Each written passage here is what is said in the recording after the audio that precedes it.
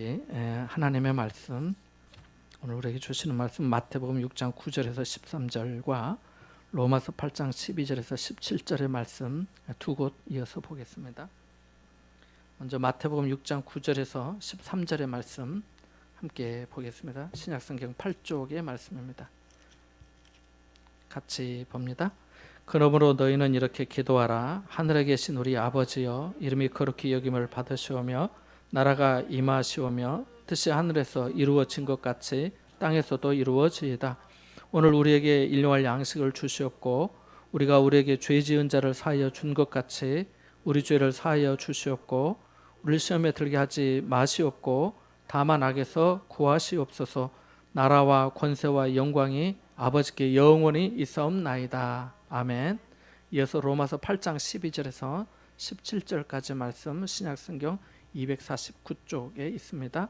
로마서 8장 12절에서 17절의 말씀 같이 보겠습니다. 화면에도 나옵니다. 그러므로 형제들아, 우리가 빚진 자로 돼 육신에게 져서 육신대로 살 것이 아니니라. 너희가 육신대로 살면 반드시 죽을 것이로되 영으로서 몸의 행실을 죽이면 살리니 무릇 하나님의 영으로 인도함을 받는 사람은 곧 하나님의 아들이라. 너희는 다시 무수하는 종의 영을 받지 아니하고 양자의 영을 받았으므로 우리가 아빠 아버지라고 부르짖느니라. 성령이 친히 우리의 영과 더불어 우리가 하나님의 자녀인 것을 증언하시나니 자녀이면 또한 상속자 곧 하나님의 상속자요 그리스도와 함께한 상속자니 우리가 그와 함께 영광을 받기 위하여 고난도 함께 받아야 할 것이니라. 아멘. 어린아이가 가장 먼저 하는 말은 아마 맘마, 엄마일 것입니다. 그리고 좀 더 시간이 지나면 아빠를 배우는 것 같습니다. 모든 사람이 그런 것처럼 부모는 누구에게나 유일합니다. 아이는 부모의 사랑을 받고 돌봄을 받고 가르침을 받습니다. 부모에게 자식은 세상의 어느 것과 비교할 수 없고 대체할 수도 없습니다. 자식은 유일한 자기 분신입니다. 자기의 유전자를 물려받아 태어났기 때문입니다. 영적으로도 마찬가지입니다. 하나님은 저와 여러분을 만세전부터 그 기쁘신 뜻 가운데 택정하여 불러주셨습니다. 부르신 이유는 예수 그리스도 안에서 죄의 사함을 얻고 영원한 생명의 삶을 살도록 하시기 위함입니다. 그래서 사도 바울은 고린도전서 1장 9절에 너희를 불러 그의 아들 예수 그리스도 우리 주와 더불어 교제하게 하시는 하나님은 미쁘시도다 라고 하였습니다. 미천한 우리가 예수 그리스도와 더불어 교제하는 존재가 됐다는 말입니다. 우리가 주일 예배 시간마다 사도신경으로 우리의 신앙을 오늘 또 고백했는데요. 어떻게 합니까? 이렇게 시작이 되죠.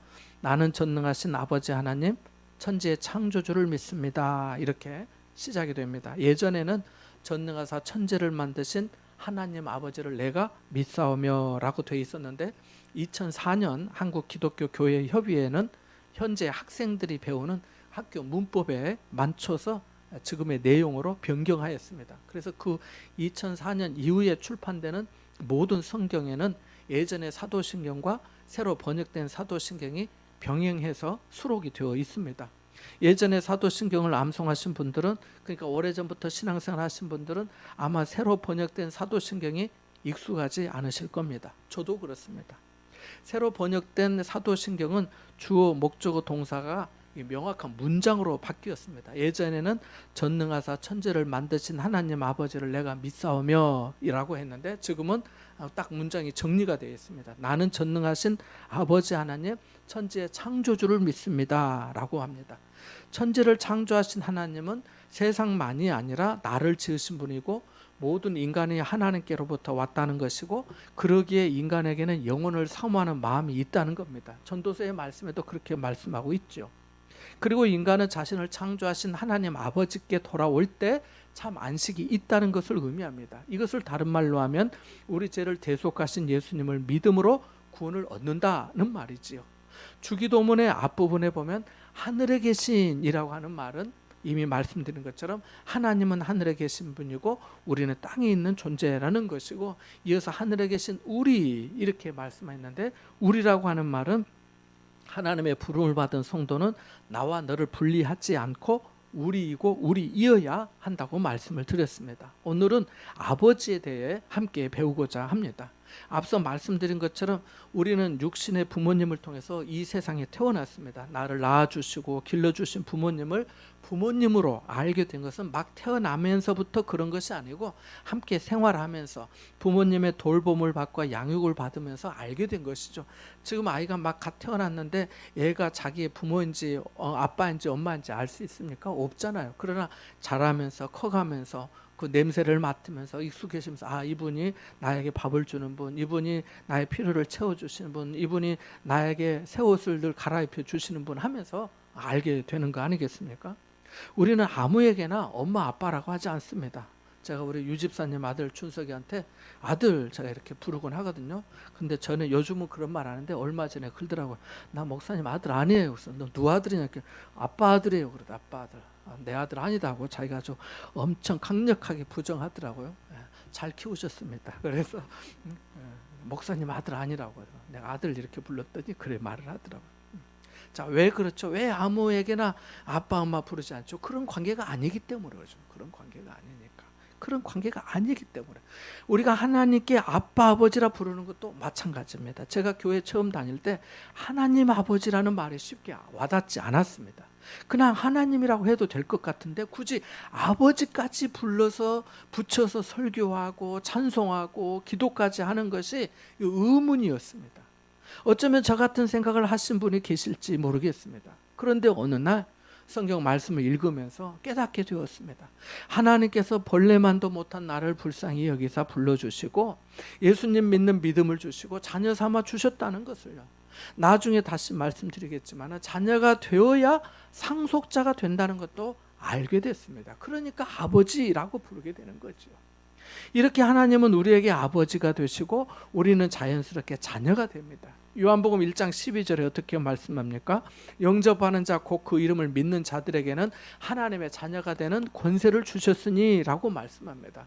예수 그리스도의 이름을 믿고 마음에 영접하는 자는 하나님의 자녀로서의 권세를 얻게 된다는 것입니다. 세상에서 유력한 사람의 자녀에게나 신분이 좋은 집안에 태어나도 금수저니 뭐니 하는데 하나님의 자녀가 된다는 것은 놀라운 은혜와 영광이 아닐 수 없습니다. 자, 우리 하나님 아버지는 어떤 분이실까요?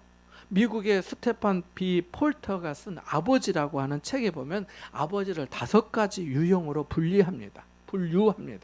첫째는 목적지향적인 아버지입니다. 목적지향적인 아버지.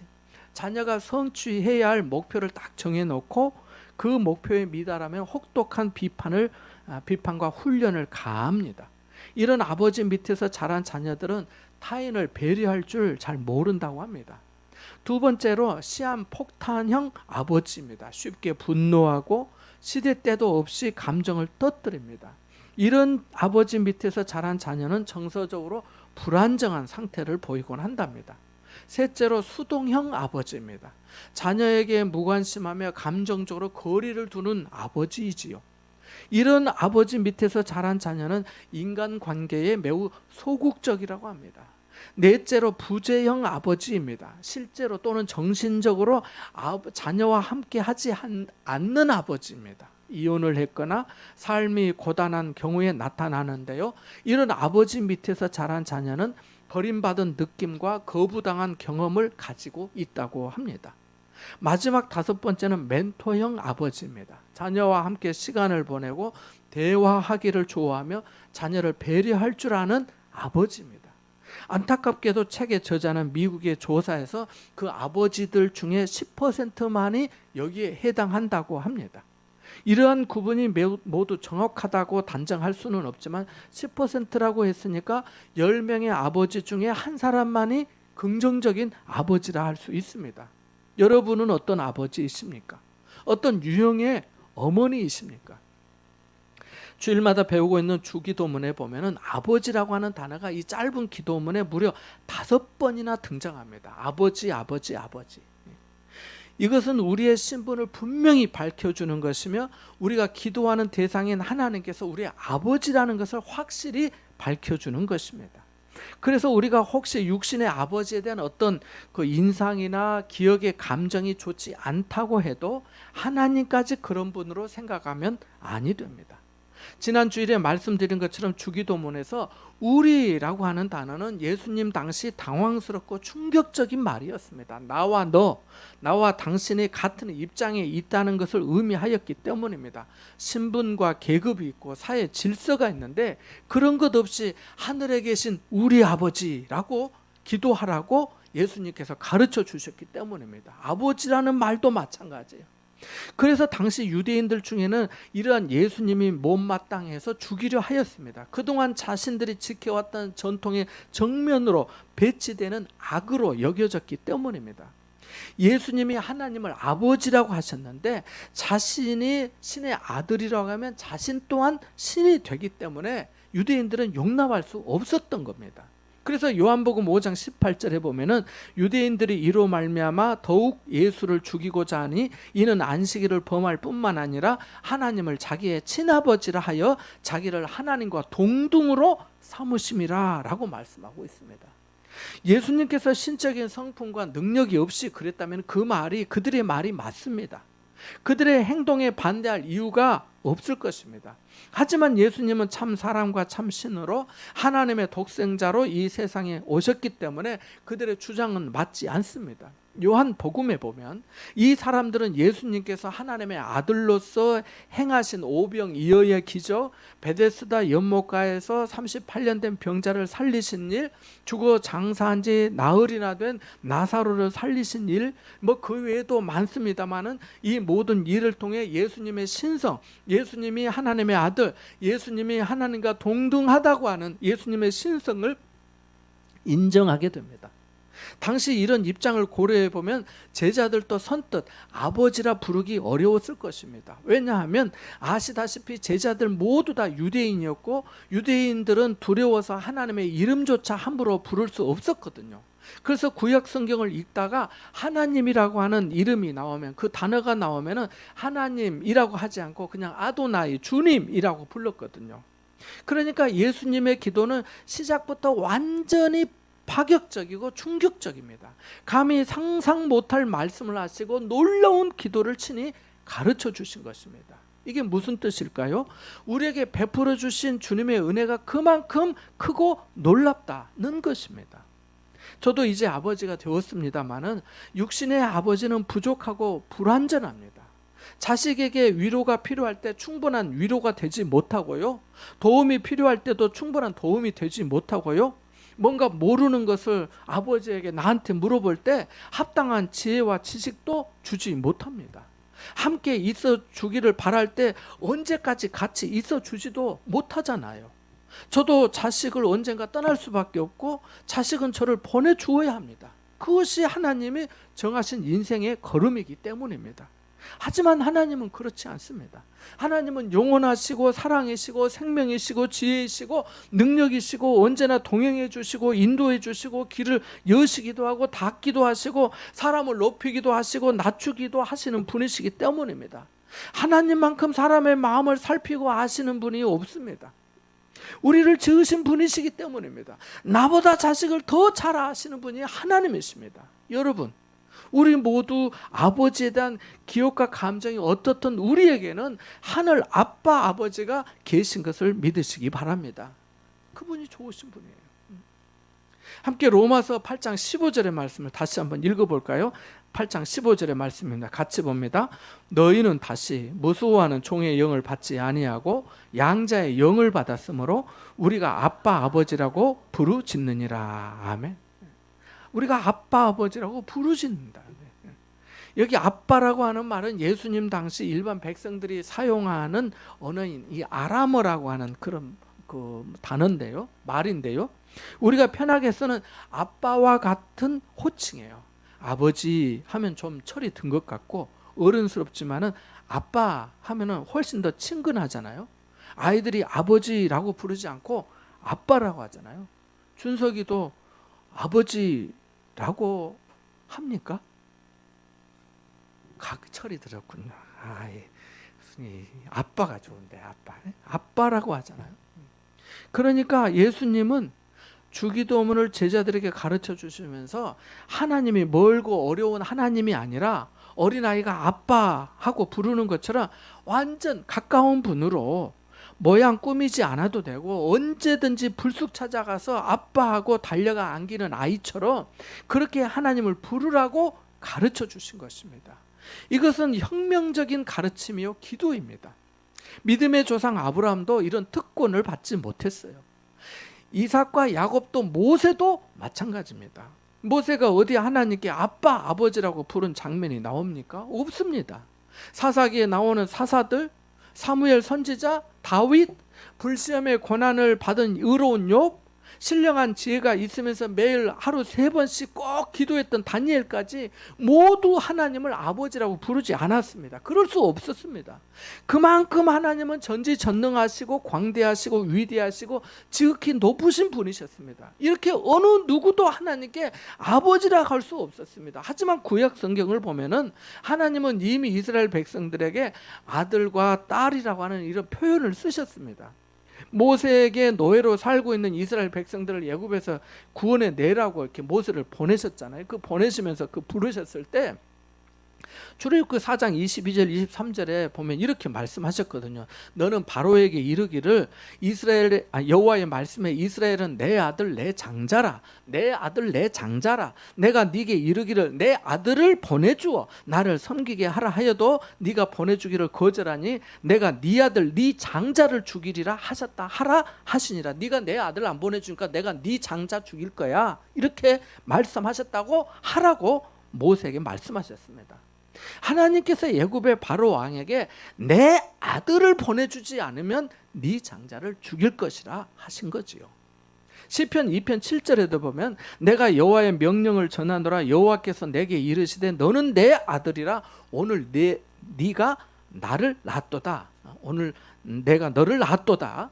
이렇게 말하면 오늘 내가 너를 낳았도다 라고 하셨고, 이사야 43장 6절 7절에도 보면 내가 북쪽에게 이르기를 내놓으라 남쪽에게 이르기를 가두어 두지 말라. 내 아들들을 먼 곳에서 이끌며 내 딸들을 땅끝에서 오게 하며 내 이름으로 불려지는 모든 자 곧 내가 내 영광을 위하여 창조한 자를 오게 하라. 그를 내가 지었고 그를 내가 만들었느니라 라고 말씀하십니다. 하나님의 이스라엘 백성을 하나님의 이름으로 불려지는 모든 사람을 내 아들 내 딸이라고 하신 겁니다. 스스로 아버지라고 말씀하신 것이죠. 하나님은 이렇게 이스라엘 백성을 자녀로 여기셨는데 이스라엘 백성들은 그 친밀한 사랑과 은혜를 깨닫지 못하고 오히려 저버리고 교만하게 거역하였습니다.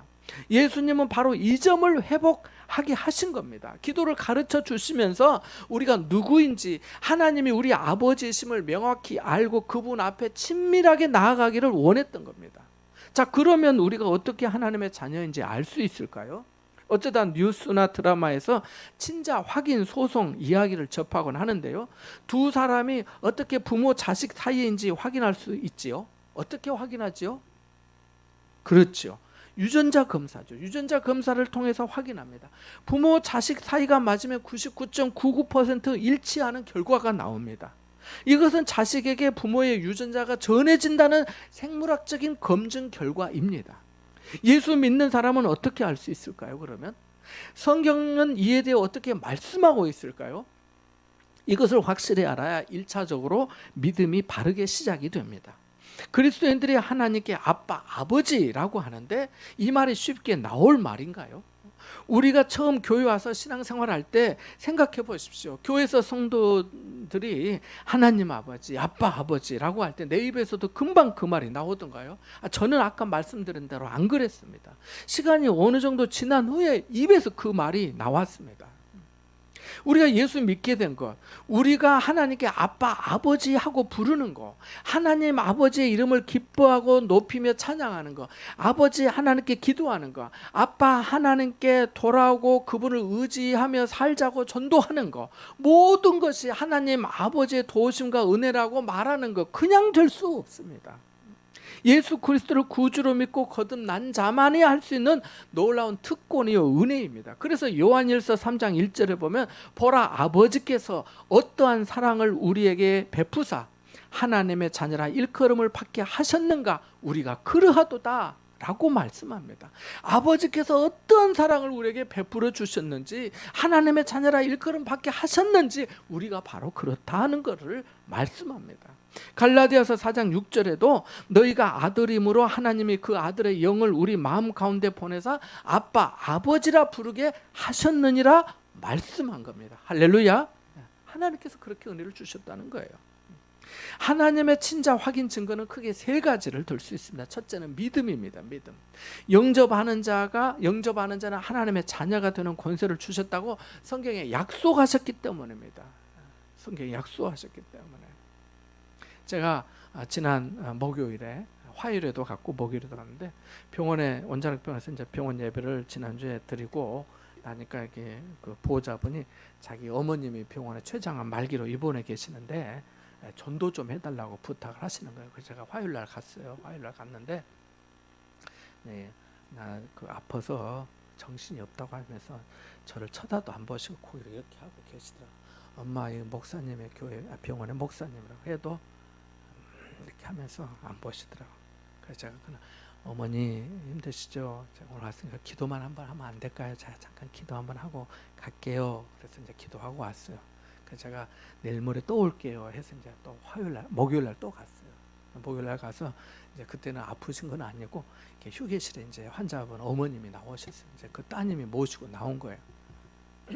그래서 제가 옆에 자리에 이제 앉았는데 저를 안 보시고 이렇게, 제가 오른쪽에 왼쪽에 앉았는데 이렇게 보고 있어요. 엄마, 고개 좀 돌려서 목사님 좀 봐봐.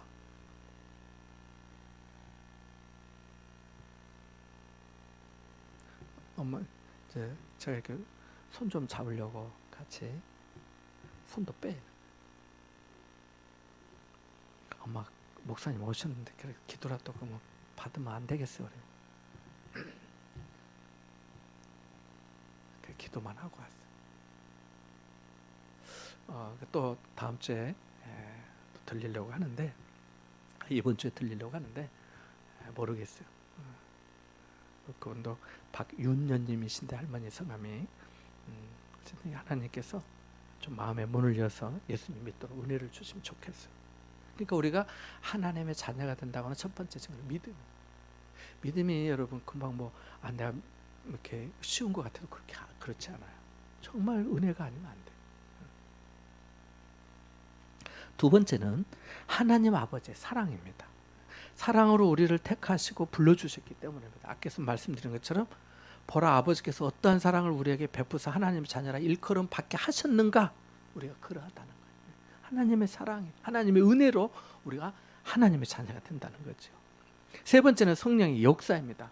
본문에 로마서 8장 16절 말씀 한번 읽어보겠습니다. 8장 16절입니다. 시작. 성령이 친히 우리의 영과 더불어 우리가 하나님의 자녀인 것을 증언하시나니. 아멘. 성령이 우리의 영과 더불어 우리가 하나님의 자녀인 것을 증언하신다. 성령이 증언하신다. 성령이 증거하신다. 성령께서 입증해 주신다는 게, 법원에 가서 주장을 하려면 근거를 대, 근거를. 그 입증 서류라고 요즘 증명하고 하는데, 아무튼 증명이 돼야 되는 거예요. 그거 마찬가지. 성령이 그래 하신다. 성령이 우리 영과 함께 우리가 하나님의 아들인 것을 증언하신다고 합니다.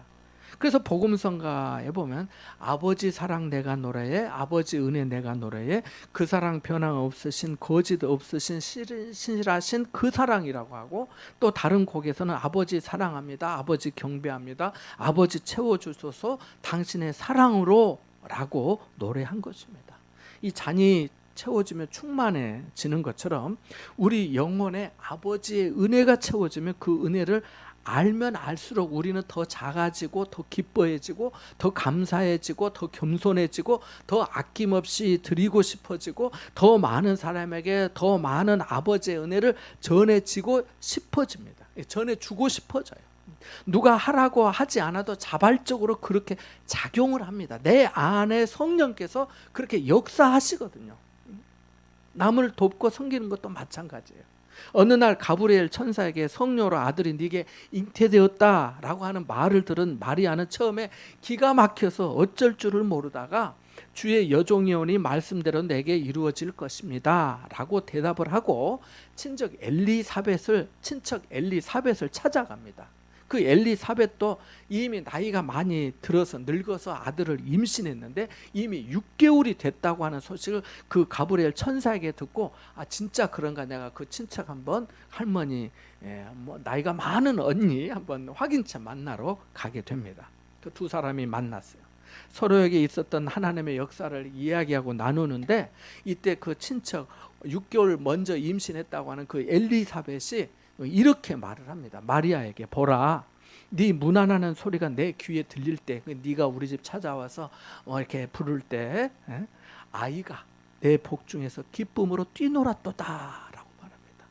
아이가 내 복중에서 기쁨으로 뛰놀았다고. 그 복중의 아이가 나중에 누굽니까? 세례 요한이에요. 세례 요한. 이렇게 성령의 역사는 인간적인 의지와 감정을 초월하여 나타나고 합니다. 임신 중에 아이가 발로 차고 노는 것을 경험한 분들은 이 말이 무슨 의미인지 잘 아실 겁니다. 새 생명, 새로운 인격이 내 안에서 움직이고 있는 거예요.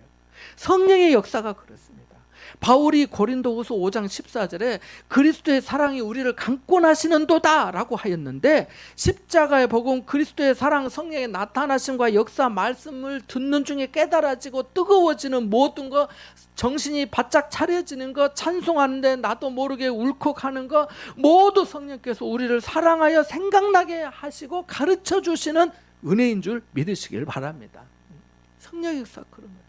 자, 그럼 이렇게 하나님 아버지의 친자 확인이 되었으면 자녀로 얻는 특권과 유익이 뭘까요? 첫째로는 아버지는 자식을 떠나지 않습니다. 자식 입장에서는 언제나 함께하는 아버지가 계신 거죠. 언제나 지켜주십니다. 정상적인 부모라면 자식을 끝까지 지킵니다.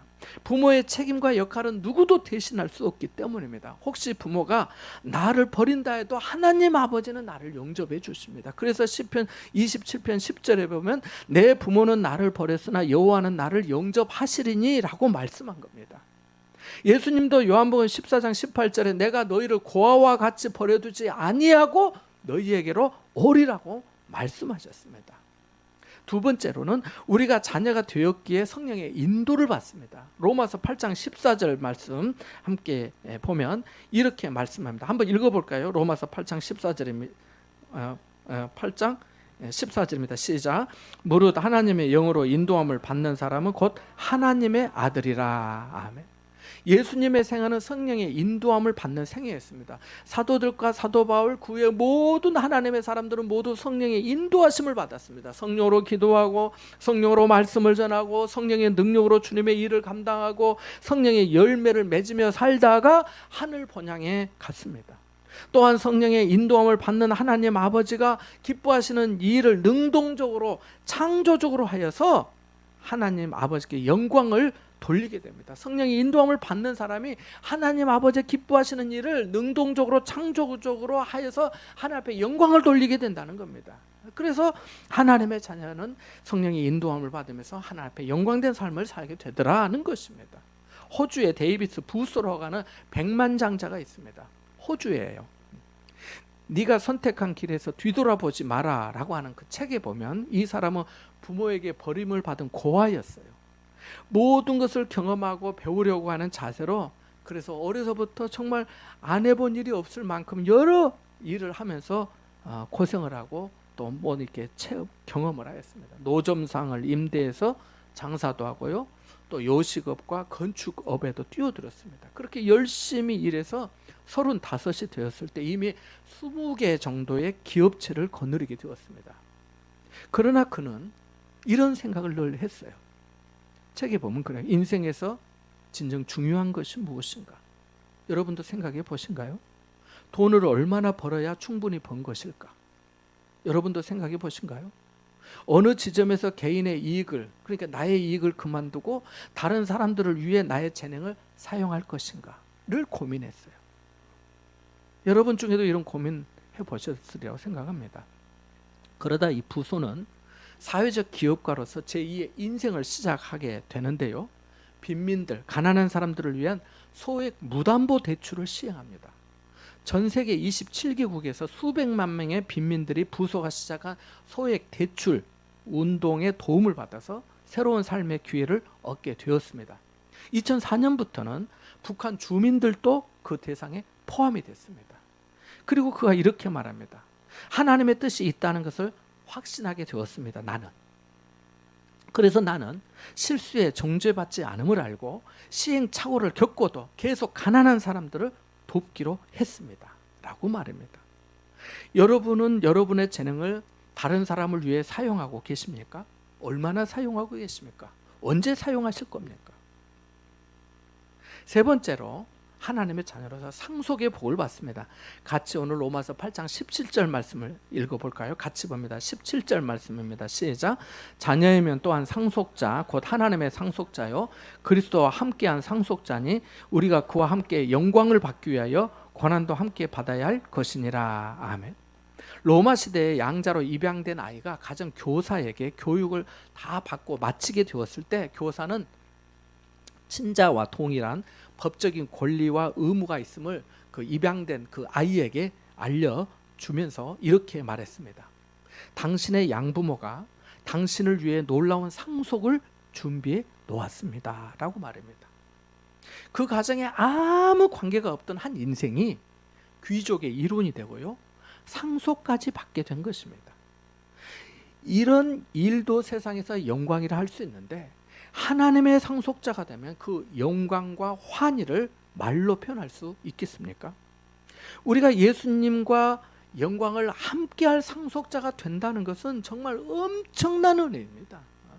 우리가 존귀한 사람 옆에 서서 사진 한 장만 찍으려고 저하고 한번 찍어줘요, 셀카 찍어줘 하는 일이 얼마나 많습니까?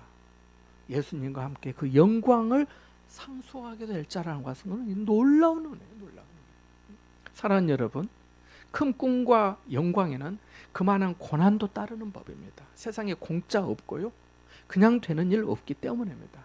이제 우리는 하늘에 계신 우리 아버지라고 부르며 기도할 때 내가 하나님의 자녀인 것, 하나님이 우리 아빠, 아버지이신 것을 확신하고 기도해야겠습니다.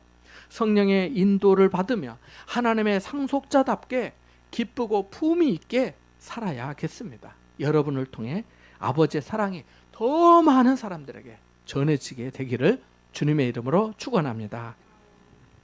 같이 말씀을 생각하면서 잠시 기도하겠습니다.